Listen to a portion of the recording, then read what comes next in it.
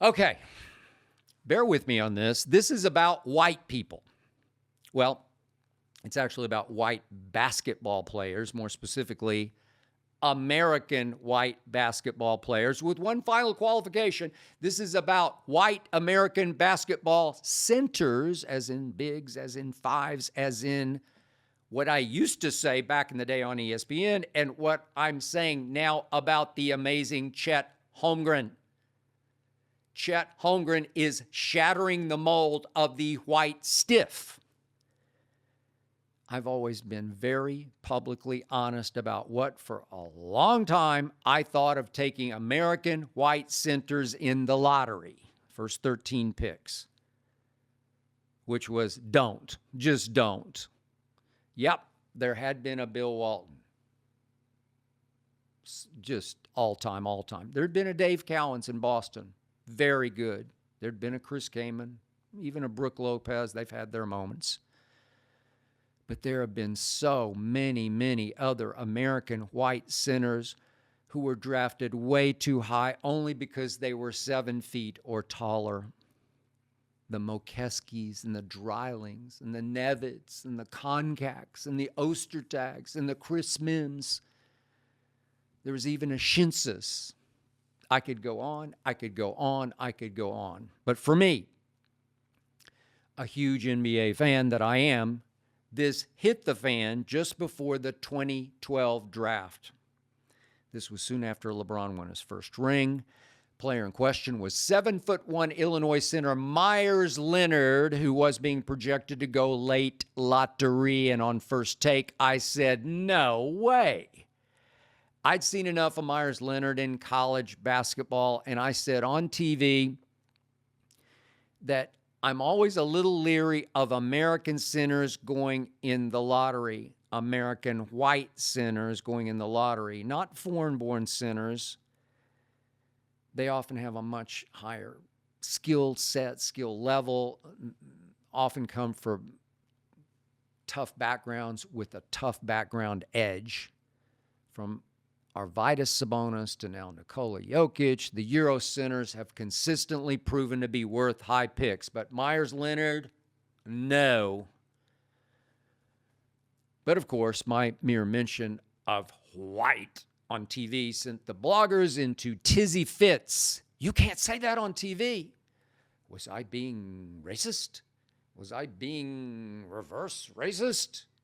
How about I was being right?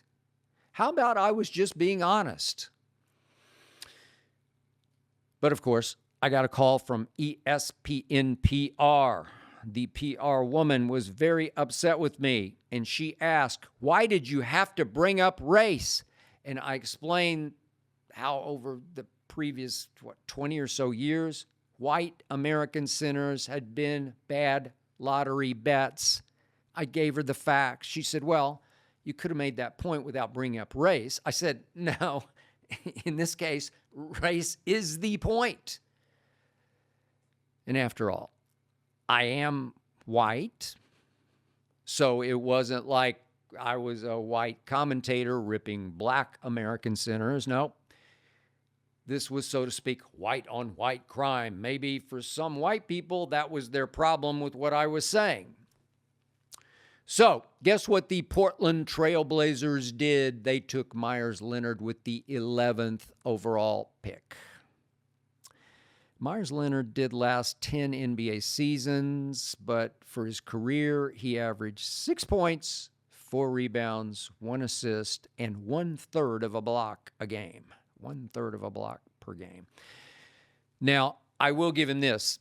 He was only 1 of 12 from 3 in college, so I never thought about him shooting threes, but as his career wore on, he did turn himself into a pretty good three-point shooter. Wound up shooting 39% from three for his career. So he hung on for 10 years as a stretch five, which was the new thing, a three-point shooting 7'1" center who couldn't block shots.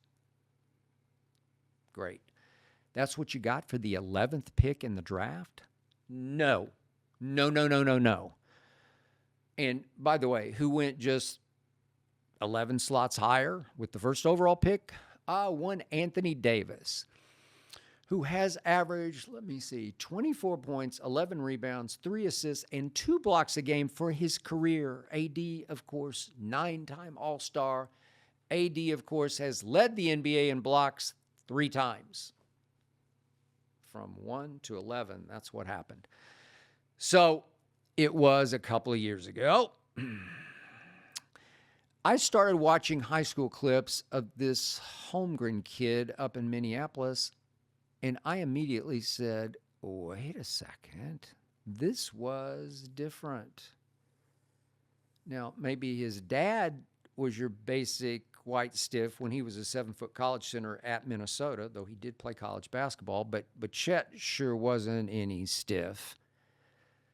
Yeah, I give you this. He was scary skinny, but his feet weren't stuck in mud. He could move. He could run. He could quick jump. And could he ever stroke textbook threes with a shooter's touch and perfect shooter's mechanics? And I said, hey, give me one of those. Here was a 7-foot white American center who could be an NBA star, not just a starter, a star, maybe not a superstar, but a player capable of, making a couple of all-star teams. Last year, Chet's rookie year, he was hurt the first year.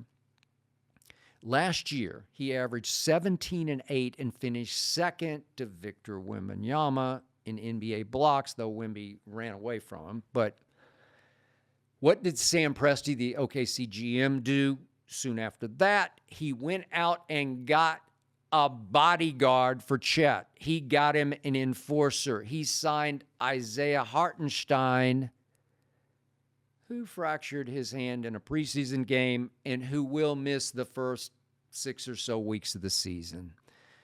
So I turned on last Thursday night's Thunder at Nuggets game thinking, this is going to be a long night for Chet Holmgren.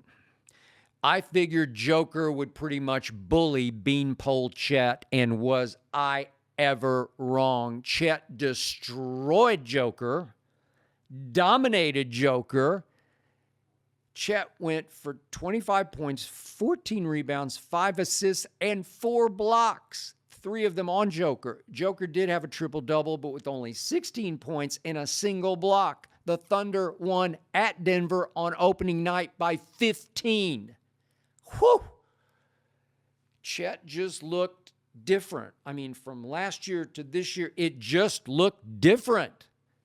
No bodyguard, no enforcer, and he still looked different. He was so assertive, so aggressive, so shockingly sure of himself and his ability to impose his will on Joker and the Nuggets. It was very clear that Chet was on a mission to send a message. Kaboom! This kid has edge. This kid is not afraid. This kid is hungry. This kid will battle. You will never, ever see Chet and stiff in the same sentence. Never, ever. There's nothing nerdy or geeky about him. Kid's got some swagger. He and Shai Gilgeous were chosen to do that national TV commercial for AT&T, What a Pro Wants. It's pretty cool. Pretty cool.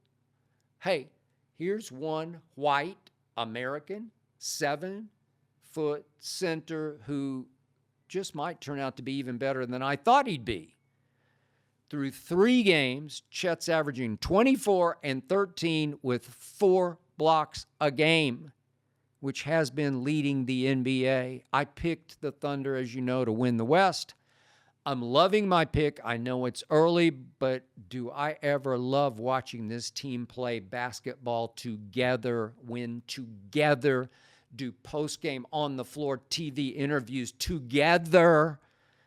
March Madness comes to the NBA starting in October.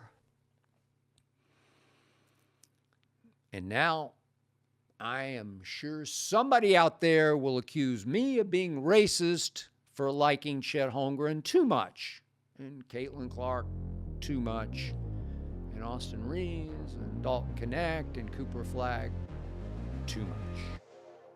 Hate away.